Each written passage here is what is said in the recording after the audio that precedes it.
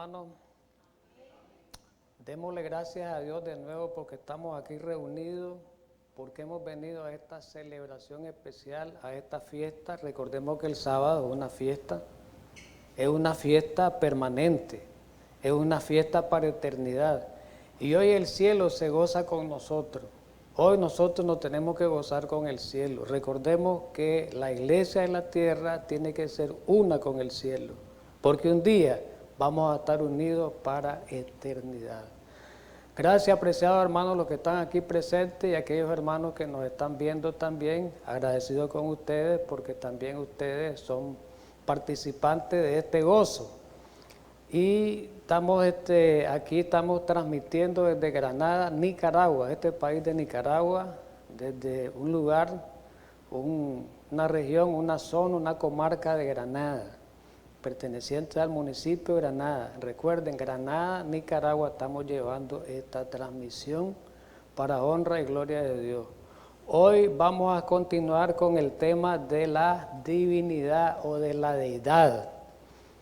Ya tratamos en los temas anteriores, antes de entrar a orar, tratamos los temas referentes a Cristo, referente a la deidad de Cristo, la plena deidad y eternidad de Cristo. Pienso que eso quedó bien claro. Hoy vamos a tratar el tema de la personalidad y la deidad del Espíritu Santo, que ha sido tan cuestionada en muchos círculos religiosos y en nuestra propia iglesia adventista. Así que vamos a orar para comenzar esta primera parte.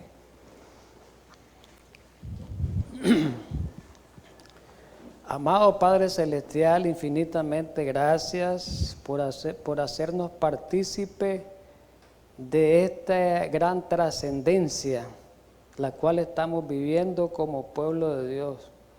Y la trascendencia es que vivimos en la última generación y somos participantes de esta última etapa de la tierra, de la historia de la tierra.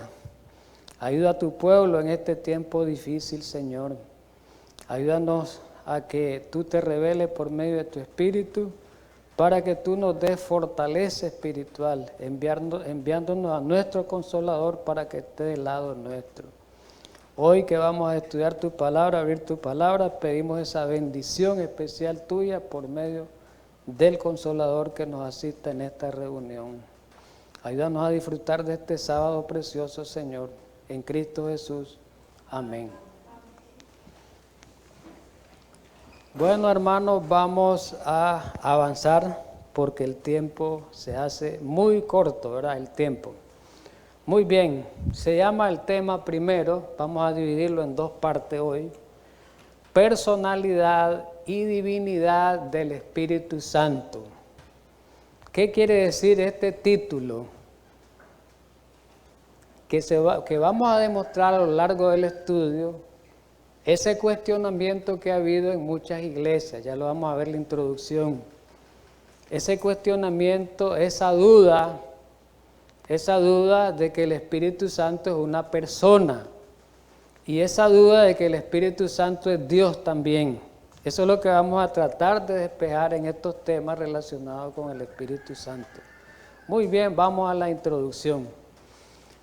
Tenemos que partir casi siempre en este tema de la deidad de los testigos de Jehová. ¿Por qué mencionarlos?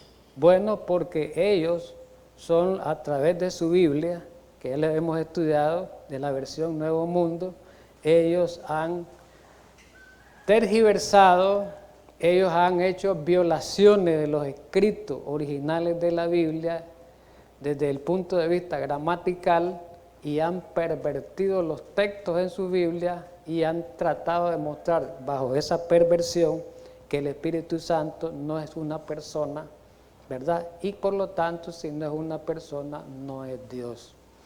Entonces, los testigos de Jehová enseñan, ¿qué es lo que enseñan ellos? Que el Espíritu Santo es una influencia, una fuerza activa de Dios, no persona. No aceptan su personalidad y por consiguiente, si no aceptan su personalidad, vuelvo a recalcar, no aceptan su divinidad. Entonces dicen, Él no es Dios. Interesante esto. Pero no solo los testigos de Jehová, lo único que los testigos de Jehová, ellos muestran sus bases erradas, sus argumentos errados, pero hay otras iglesias con la tendencia unitaria. ¿Qué es una iglesia unitaria? Que creen en una persona de la divinidad, una, no en los tres, en uno, y que ese uno se multiplica en tres. ¿Entiendes? Esa es la divinidad. Uno se manifiesta en tres. Otros unitarios enseñan que la persona de Dios se manifiesta de tres maneras. ¿Cómo? En el Padre, en el Hijo y en el Espíritu Santo. Ese Dios es uno. ¿Quién es? Es el Padre, el Hijo y el Espíritu Santo, pero es una persona. Nada más que se manifiesta el Padre en distintas circunstancias. Se manifiesta como el Hijo, se manifiesta en distintas circunstancias. Y se manifiesta como el Espíritu Santo en distintas circunstancias. De manera que nunca los tres actúan juntos porque no hay tres, solo uno, dicen ellos. Unitario, dice la palabra. Muy bien. Pero, apartando las otras religiones o los otros círculos religiosos fuera de los adventistas, ¿verdad? Apartándolo, dentro del mismo adventismo, que eso lo hemos venido tocando, han habido infiltraciones de todas estas ideas erradas, ¿verdad? Nada más que estos antitrinitarios adventistas, como quien dice, los mismos escritos de la Biblia, los mismos escritos de Elena White, les han dado como vuelta, han hecho un revoltijo, por así decirlo, y con mucha confusión y engaño, ¿verdad? Entonces los antitrinitarios, ¿qué enseñan referente al Espíritu Santo? Que el Espíritu Santo es una influencia, algunos, porque hay tendencias, hay grupos que enseñan otra cosa. Uno de los grupos de estos antitrinitarios adventistas enseñan que el Espíritu Santo es una influencia tanto del Padre como del Hijo, y se agarran de los textos de Juan, de San Juan, el Evangelio de San Juan, donde dice que el Espíritu procede del Padre, que el Espíritu procede del Hijo. Entonces, ve, es del Padre y del Hijo. ¿Entiendes? Y el que lo oye dice, es verdad, pero hay que estudiar bien a fondo esto, hermano. Ese es el problema, de estudiar a fondo. Pero otros antitrinitarios, otro grupo que cree que son antitrinitarios, ellos creen que el Espíritu Santo y Cristo son una misma persona. ¿Por qué? Dicen ellos, Cristo está en el cielo, la persona de Jesús está en el cielo intercediendo ante el Padre, ante el trono. Pero Cristo está aquí en la tierra, Él, su persona, nada más que aquí no tiene cuerpo, es espíritu, influenciando a los corazones de la gente. Mire clase de errores. El Espíritu Santo entonces es Cristo, nada más. Entonces solo hay dos en la deidad, Padre e Hijo. Se acabó, dicen ellos. Porque Cristo desempeña dos papeles, allá arriba como consolador y aquí abajo como consolador, no por medio del Espíritu Santo, sino Él mismo, que se le denomina, se le hacen llamar a ellos el Espíritu Santo. Entonces Cristo y el Espíritu Santo son una misma persona. ¿Qué revelan las Escrituras? ¿Sí? ¿Será cierto eso? Bueno, las Escrituras lo que revelan y lo que presentan, si lo estudiamos en su debido contexto, si lo estudiamos con las verdaderas consideraciones gramaticales y si lo estudiamos con el verdadero concepto de las palabras y significado de las palabras originales, nos damos cuenta de que el Espíritu Santo es una persona divina. Y nos damos cuenta de que el Espíritu Santo es la tercera persona de la deidad. La Biblia lo describe. Hay muchos pasajes en las Escrituras que mencionan al Espíritu Santo junto al Padre y junto a Cristo el Hijo. Y entonces, veremos pasajes como por ejemplo Mateo 28, 19, la Gran Comisión. ¿Qué es lo que dice la Gran Comisión? Por tanto, id y haced discípulos, bautizando en nombre de ¿quién? Del Padre, del Hijo y del Espíritu Santo. Ahí están mencionando las tres personas. Ese estudio, cuando estudiemos el otro tema de la Trinidad o el tema de de la Trinidad, llamémosle así, pues, porque hoy no quieren mencionarte el nombre de Trinidad, porque dicen que es pagano. Cuando estudiamos el tema de la Trinidad, a uno lo cobija el tema de la divinidad, el tema de la Trinidad. Ahí nos vamos a dar cuenta, vamos a estudiar este tema Mateo 28, 19 y vamos a ver cómo ha sido pervertido por los antitrinitarios y otros grupos, ¿verdad? Primera de Corintios 12 del 4 al 6, también ahí está hablando de los dones espirituales y ahí menciona al Espíritu Santo como uno de los dadores principales de los dones espirituales y menciona a Cristo y menciona al Padre, a las tres personas. Y en 2 de Corintios 13, 14, que está dando Pablo los saludos de la despedida de la segunda carta, ahí menciona también al Padre, que más adelante vamos a leer ese pasaje, al Hijo y al Espíritu Santo. Si menciona al Espíritu Santo junto con las personalidades del Padre y el Hijo, por ende, tenemos que concluir que el Espíritu Santo es una persona. ¿Verdad? Aquí dice, acordamos que el Padre y el Hijo son personas, en estos pasajes, si los estudiamos minuciosamente, entonces el Espíritu Santo también debe de ser persona. Usemos la lógica también. No seamos tan niños espirituales, como dijo el apóstol Pablo, para tratar de entender estos pasajes que están tan claros. Vamos a ver la personalidad del Espíritu Santo. Es muy fácil pensar acerca del Padre y de Jesús como persona, claro, porque la Biblia lo revela. Jesús es una persona, el Padre como persona, porque revela la Biblia las cualidades de persona o personales claramente del Padre y el Hijo, claramente. Pero el Espíritu Santo es considerado como algo misterioso, tan invisible y secreto que su personalidad se pone en duda cuando se la compara con la persona de la deidad.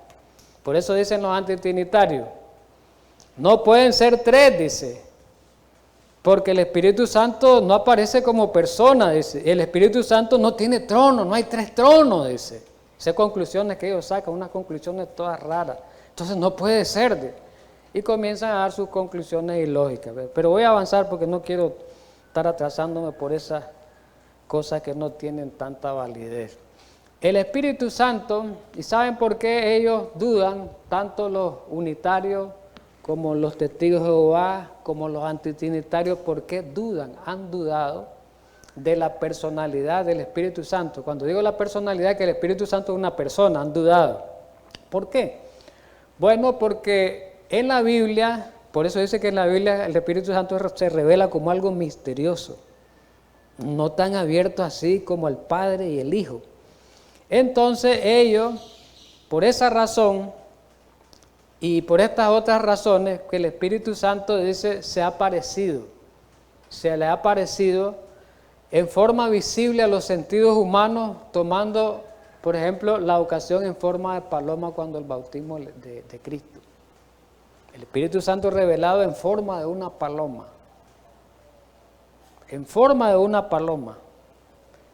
Otros hechos han sido representados para representar al Espíritu Santo a través de símbolos, como el viento. Jesús dijo, recordemos, a Nicodemo le dijo que el Espíritu Santo actuaba como el viento, ¿no? El viento sopla donde quiere, dice. Recuerdan, no quiero avanzar, es presentado como el fuego, el Espíritu Santo, recordemos el Pentecostés, en forma de lengua de fuego, se repartió, es representado como el aceite, en el Antiguo Testamento habla bastante de ese símbolo, es representado como el agua, porque Cristo Jesús hizo mención en el Evangelio de San Juan, el capítulo 7, cuando comparó los ríos de agua viva que brotaban como que eran del símbolo del Espíritu Santo. Entonces, con todas esas características que se presentan en la Biblia, no tan claras aparentemente, y ni tan visibles aparentes, entonces llegan a la conclusión de que el Espíritu Santo no es una persona. Pero por eso hay quienes creen que el Espíritu Santo es un poder, no una persona, es un poder, una energía, porque se representa a través de símbolos. Es el viento, el fuego, el aceite, el agua. Eso no es persona, pero esos son símbolos que Dios está presentando el Espíritu Santo. No es que sea el Espíritu Santo el aceite, no es que sea el Espíritu Santo el agua, no es que sea el Espíritu Santo fuego. Forma, no es que sea el Espíritu Santo una paloma. Forma, muy bien. Personalidad del Espíritu Santo.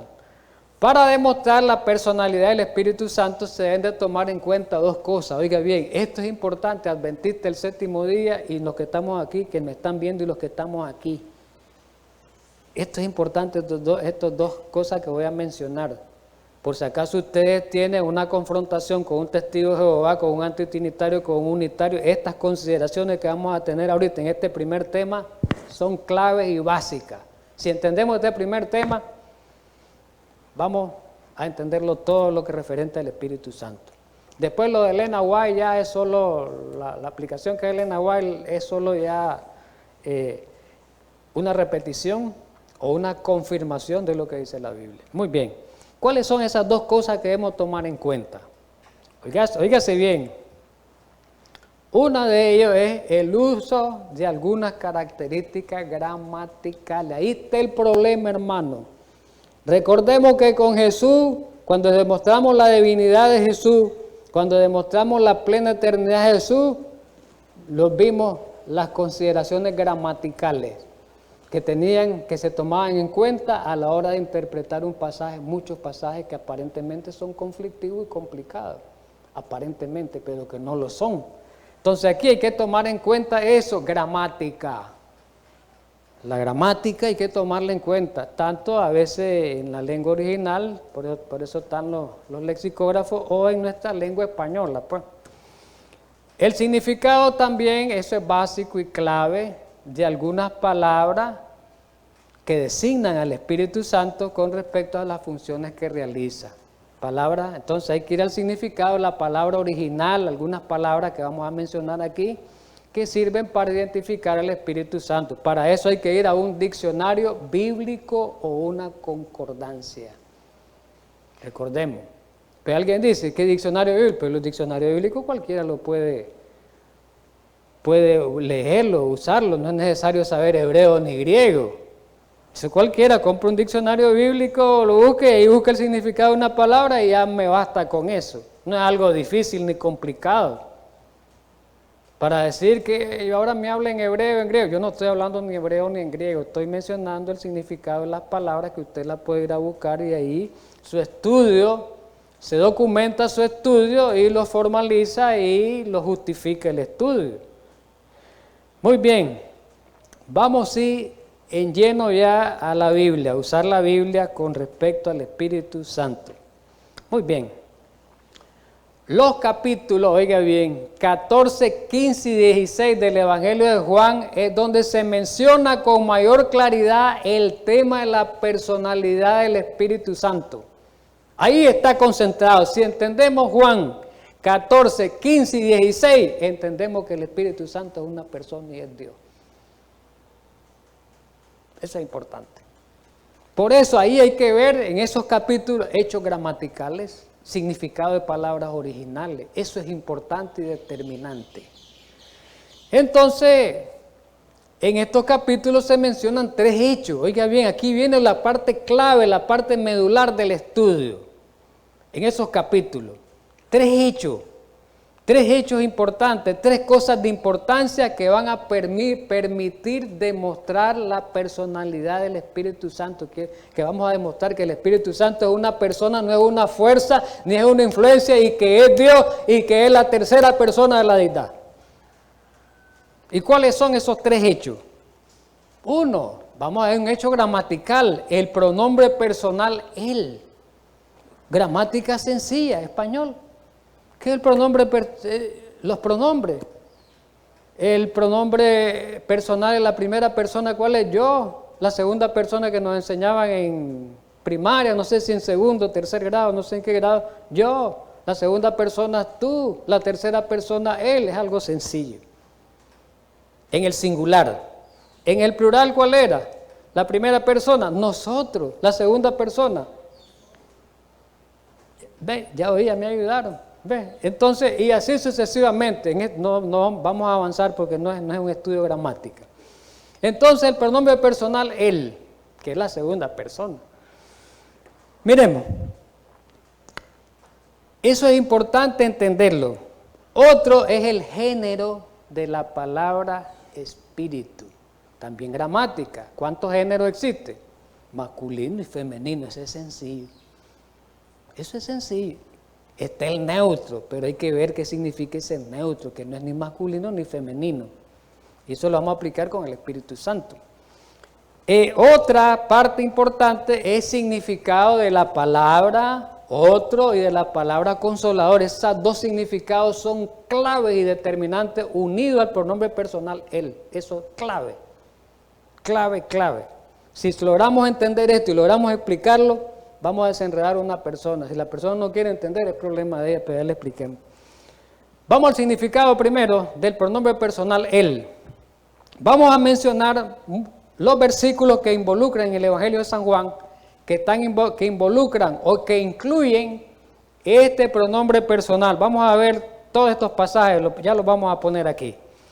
Está el 14:26 de San Juan, está el 15:26 de San Juan, está el 16, 13 y 14 de San Juan, capítulo, y está, bueno, esos son. Ahí menciona el término que estamos viendo, el pronombre él, hablando del Consolador, del Espíritu Santo. Más el Consolador, leo primero 14:26. Más el Consolador, el Espíritu Santo, a quien el Padre enviará en mi nombre. Mire la clave, él. Oiga bien, él os enseñará todas las cosas y os recordará todo lo que yo lo he dicho. Él es un pronombre como personal. ¿Y a qué se aplica? A un objeto, a una persona. Pronombre personal es una persona, el Espíritu Santo es una persona, hermanos. Fácil es entender esto, no es nada de erudición, no es nada de gran estudiado, no. 15:26, pero cuando venga el Consolador, a quien yo os enviaré del Padre, el Espíritu de verdad, el cual procede del Padre, Él, oiga bien, dará testimonio acerca de mí, Él. 16, 13 y 14, pero cuando venga el Espíritu de verdad, Él os guiará toda la verdad. Y me adelanto un poquito, pues. El 14, solo estamos viendo la aplicación. Él me glorificará, porque tomará de lo mío y os lo hará saber. Estamos viendo ahí a dónde es mencionado esa terminología. Pero, ¿qué significa Él? Oiga bien, el pronombre Él, ¿a qué se refiere? En griego es ekeinos, pronombre personal singular, ven el griego y así en el español. ¿Qué refiere al género masculino? Él es un género masculino, no es femenino. ¿Cuál sería el femenino? Ella. Entonces, él está hablando del Espíritu Santo como un género masculino, pero ya vamos a entrar en detalle. Pero viene un problema, se presenta un problemita que se soluciona ese problema. La palabra espíritu en el original, tanto en la lengua hebrea como en la misma aramea, en la misma lengua griega, significa viento, aliento, respiración. No significa persona. Y ahí es donde ellos toman esa base para decir, no es una persona. Porque no significa persona, es un viento. Pero no. La palabra espíritu se traduce de la palabra griega pneuma, la cual aparece en género neutro, según la gramática griega, aquí es importante. Entonces la palabra espíritu, en el significado original de la Biblia, no tiene género, no es ni masculino ni femenino. Y ahí hay un problema. Y ahí es donde se basan mucho. El Espíritu Santo de la palabra espíritu no tiene género. No es ni masculino ni femenino, no podemos decir neutro. Pero hay un problema, hay que ver esa transformación que se hace con la gramática. Mire qué fácil es. Al aparecer la palabra espíritu en el texto, en género neutro, puede ser interpretada como si se refiere a algo que no es persona. Si es neutro, quiere decir que no es persona. Y ahí donde dicen ellos, como el género del Espíritu Santo es neutro, no es persona. Pero no se dan cuenta de este hecho gramatical, lo violan o no lo miran o no lo toman en cuenta o no lo entienden. ¿Cuál es el hecho gramatical? El pronombre personal él viene a sustituir el género neutro del espíritu y lo transforma en un género masculino.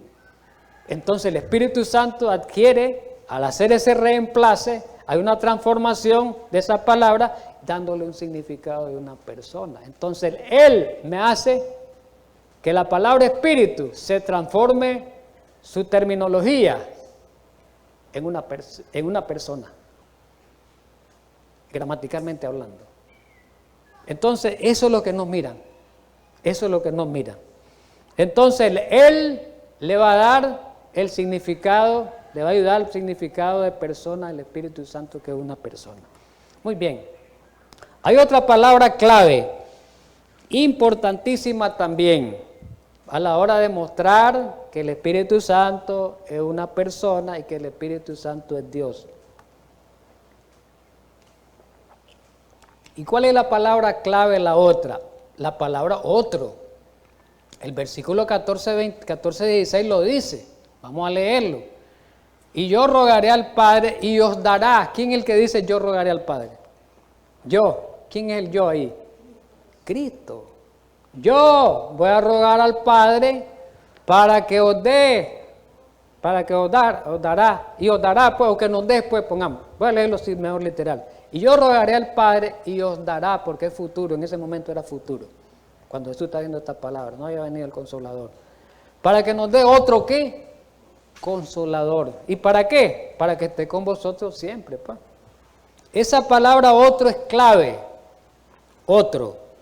¿De dónde viene esa palabra otro en el idioma griego?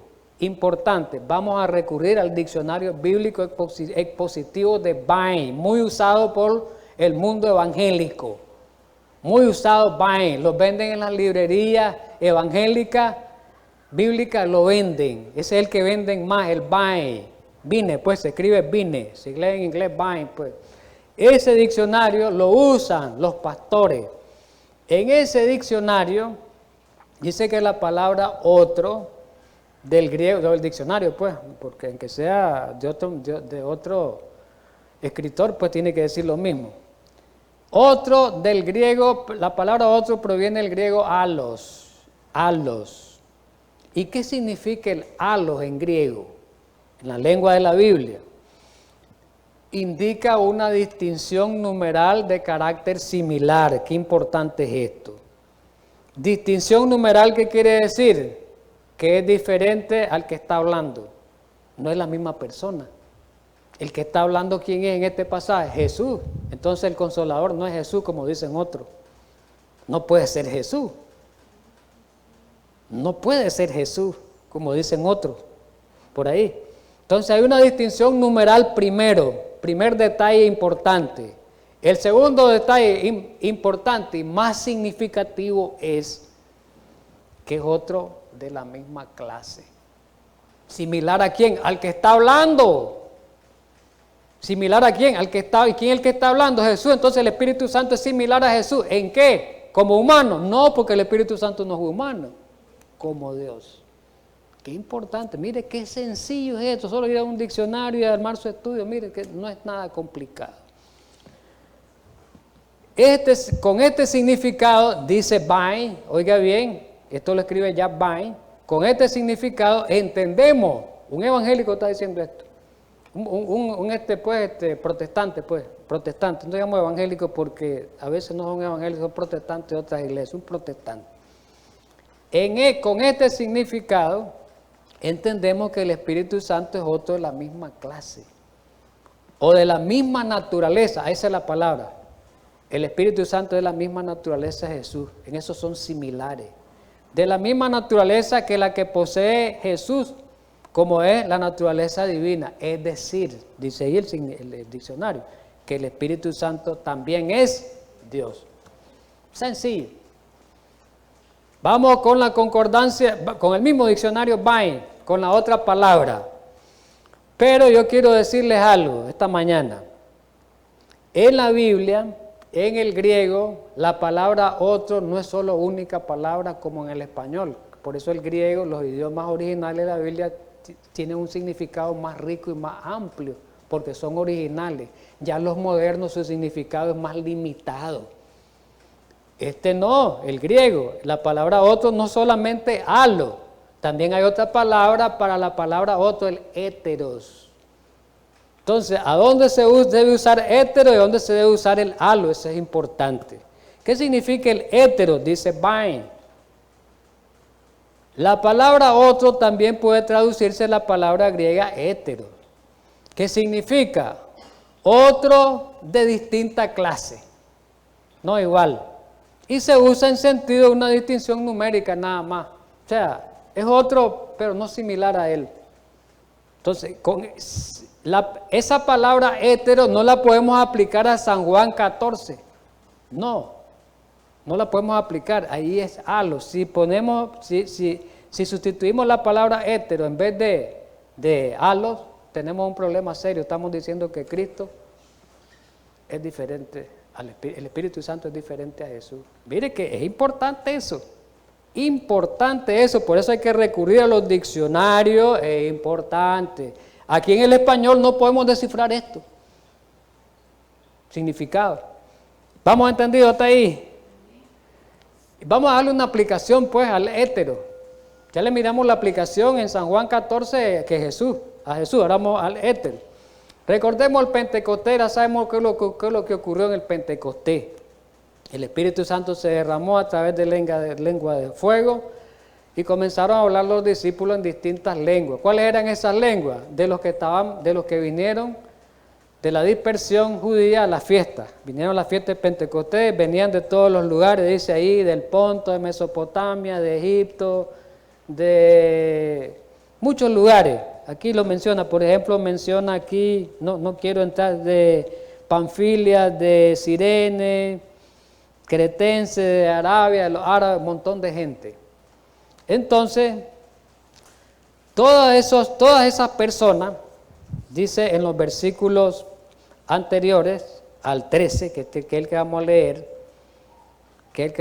Hechos 2:13, voy a leerlo, más otros burlándose decían, están llenos de mosto. ¿Verdad? Ese es el texto que queremos. Otro, la palabra otro, ¿cómo se aplica aquí? Ahí el otro es hétero, no son de la misma clase. ¿Por qué? Porque en el Pentecostés habían dos tipos de personas. Ya lo vamos a ver. Los que vinieron a la fiesta, los que llegaron a la fiesta a Jerusalén, que eran judíos, pero que hablaban otras lenguas ya, la lengua de su país. Y habían judíos que vivían ahí y que hablaban la lengua de su país de ahí. Habían otros diferentes lenguas. ¿Estamos entendidos? En el Pentecostés habían dos tipos de judíos, los de la dispersión, Hechos 2, del 5 al 5, 8, y del 5 y del 8 al 11, hay que leer esos pasajes. Y los judíos residentes, los que vivían ahí, que Hechos 2:13. Entonces, los judíos residentes que vivían ahí estaban asustados, pero los que estaban escuchando el mensaje no estaban asustados, maravillados porque estaban entendiendo el mensaje, pero los otros judíos dicen, ¿qué hablarán eso? Están borrachos. Entonces, habían dos tipos de personas, ¿se fijaron? Entonces, ahí se puede aplicar el hétero, no el halo, ahí no se puede aplicar el halo. Sigamos adelante. Y aquí está la explicación del comentario bíblico, hasta ahí se lo saco, miren. Comentario bíblico, tomo 6, 145. Se sugiere, comentando el pasaje 2.13, se sugiere un tipo de persona diferente al que se menciona en los versos del 5 al 12. Quizá estos otros eran los residentes oriundos de Jerusalén y Palestina, que no entendían, oiga bien, ninguna de las lenguas hablada por los discípulos, pero la entendían los otros. O sea, la diferencia de otro que es, que uno entendía y otro no entendía las lenguas. Sigamos adelante. Vamos a la ya desciframos todo lo que teníamos que descifrar, ahora vamos a la aplicación. Esta es la base, ya construimos la base. Ahora es más fácil entender esto. Fácil, ¿eh? Personalidad del Espíritu Santo. Mateo 28 y 19, aquí habla, conocemos ese pasaje, y dice este pasaje que bauticen, ya lo leímos, en el nombre del Padre, del Hijo y del Espíritu Santo. Importante esto. No vamos a analizarlo, su gramática aquí, porque no es el tema hoy. Pero este versículo podemos ver una particularidad grande. Este versículo coloca al Espíritu Santo en igualdad con el Padre y con el Hijo. Ahí lo coloca, mire. En igualdad con el Padre y con el Hijo, como persona, en igualdad de persona y en igualdad de divinidad. Pero hay otro pasaje que los mencioné anteriormente, que es en 2 Corintios 13, 14. Ahí lo menciona: la gracia del Señor Jesucristo, 1, el amor de Dios y la comunión del Espíritu Santo, 2, sea con todos vosotros. Amén. El amor de Dios, ahí están mencionados los 3. Aquí se describe al Espíritu Santo como el tercer ser nombrado, 3, presidido por Dios el Padre y el Hijo. Ya que el Padre y el Hijo son personas, aquí en este pasaje, y al Espíritu Santo se le coloca en el mismo nivel, a la misma altura que ellos, podemos concluir que el Espíritu Santo es una persona. Y es igual que el Padre y el Hijo, es decir, la tercera persona de la deidad. Pero hay otros pasajes que hablan de estos hechos que estamos enfocando ahorita. 1 Corintios 12, del 4 al 6, de los dones espirituales. Efesios 4, capítulo 4, del 4 al 6, y 1 de Pedro 1, 2. Esos versículos hay que buscarlos, no podemos leerlos. Ustedes pues lo leen, el que me esté escuchando, los que están aquí en sus Biblias. ¿Qué dicen estos versículos? Bueno, estos versículos que hacen igual que en Mateo 28, 19, ellos colocan al Espíritu Santo en una relación muy coordinada con el Padre y el Hijo, presentando evidencias, grandes evidencias, ¿verdad?, de que el Espíritu Santo no es un poder, el Espíritu Santo no es una influencia, que el Espíritu Santo no es una emanación, sino más bien que es una persona diferente de la divinidad. Significado de la palabra consolador, perdón, me hacía falta todavía el significado de la palabra consolador, ¿verdad? Y dije que ya estaba, pero me hace falta ese significado. Con el otro basta, pero esto hay que agregarle más, porque el término consolador a veces se tergiversa. Muy bien, esta palabra es clave a este hecho, es muy importante. Y yo rogaré al Padre, os dará otro consolador. La palabra otro. ¿Qué es consolador en griego? Aquí en la concordancia Strong, que es una concordancia hebrea, griega y caldea, o sea, aramea, y ahí aparecen numeradas las palabras con su significado. Y parácletos es la palabra 3875, la concordancia Strong, en griego. Significa intercesor y abogado. Quiere decir que Cristo iba a mandar a un intercesor, ¿verdad? Ese es en sí. Y aquí el comentario bíblico adventista lo explica, ¿ve?, de una manera clara, sencilla, entendible. Dice que el parácletos es una palabra que solamente Juan la usa, tanto en el Evangelio, verá, ahí lo usa Juan, en Juan 14, 6, tanto en el Evangelio como en sus cartas, ahí están los pasajes, en el capítulo 14, en el capítulo 15, en el capítulo 16, en la primera carta de Juan, ahí lo usa. No les leo por el tiempo. Esta palabra, parácletos, está compuesta de dos palabras, para y kletos. El para es una preposición, quiere decir que va antes. Preposición en gramática es anterior. El para significa al lado. Para, que está al lado. El Espíritu Santo está al lado nuestro, está al lado. Y la otra palabra, kleto, uno llamado. ¿Qué significa ya? Sí, el significado ya de la palabra significa uno que se presenta en lugar de otro, dice. O uno llamado de, uno que está al lado de, podemos decir, uno que está al lado ¿de quién? De nosotros, uno que está al lado de nosotros. Y dice aquí en no lo estoy leyendo literal, estoy leyendo algunas partes, Dice aquí de que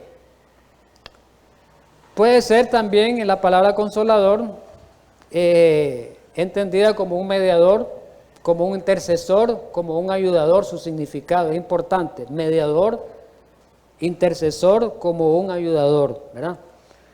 Miremos, ahí está la aplicación. Otro demuestra que no solo el Espíritu Santo, en San Juan 14:16, cuando habla otro consolador, es un ser divino, sino que es un ser personal como el Padre y el Hijo. Es decir, el término consolador me demuestra que el Espíritu Santo es una persona. Además del pronombre, el término consolador me demuestra que el Espíritu Santo es una persona, porque dice otro consolador. Cristo es un consolador, la persona de Cristo es un consolador, entonces la persona del Espíritu Santo es otro consolador. Se le llama otro porque es otro, porque Jesús es también consolador, ya lo dijimos. Y primera de Juan 2:1 dice: hijitos míos, estas cosas os escribo para que no pequéis, y si alguno hubiere pecado, abogado tenemos para con el Padre, a Jesucristo el justo. Ahí está claro, ¿verdad? Jesús dice, se refiere al Espíritu Santo como otro. Bueno, Romanos 8:26 es importante. Aquí dice que el Espíritu Santo es intercesor. Y dice ahí en este mismo capítulo que Cristo también. Los dos son intercesores. Nada más que uno ahí arriba, en el trono de la gracia, y otro aquí abajo, convenciendo a los hombres. Dice 8:26, de igual manera el Espíritu nos ayuda en nuestra debilidad, porque hemos de pedir como conviene, no lo sabemos, pero el Espíritu mismo intercede por nosotros como con gemido indecible.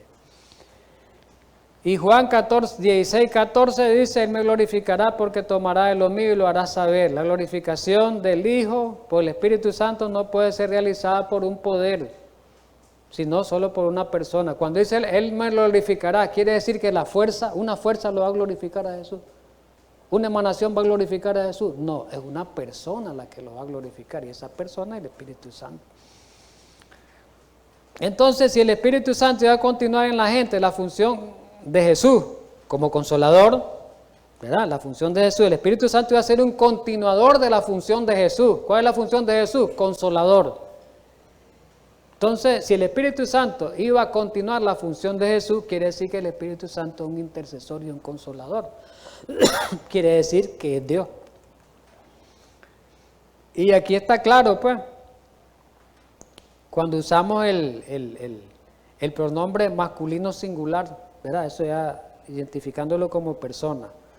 Para terminar esta parte, dice que todos los hechos que hemos descrito hoy, hasta hoy, que hemos descrito hasta hoy, nos han demostrado que el Espíritu Santo no es una fuerza, que el Espíritu Santo no es una influencia, que el Espíritu Santo no es la misma persona en Cristo, sino me han demostrado que el Espíritu Santo es divino y es una persona diferente al Padre y al Hijo en número, pero son iguales, ya sabemos, lo estudiamos, tienen la misma mente, ¿verdad?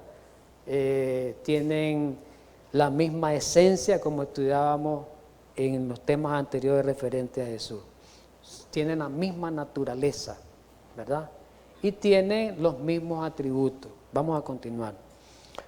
Cualidades y atributos personales. El Nuevo Testamento menciona muchas características que revelan que el Espíritu Santo es una persona. Ahora vamos a demostrar características que solo una persona puede hacer, no una fuerza. Mencionémosla. Por el tiempo no vamos a poder detallarlo no, sino leer los pasajes. El Espíritu Santo actúa como una persona, ¿por qué? Porque enseña. ¿Una fuerza puede enseñar e instruir con el Evangelio? ¿Una influencia puede instruir con el Evangelio? No, solamente lo hace una persona. Por eso en el Evangelio de San Juan dice que el Espíritu Santo es el que nos iba a enseñar las cosas y nos iba a recordar todas las cosas que Cristo dijo. No va a ser una fuerza. Otro pasaje dice que el Espíritu Santo testifica. Ahí están los pasajes, el 15:26 y todos esos pasajes que aparecen ahí.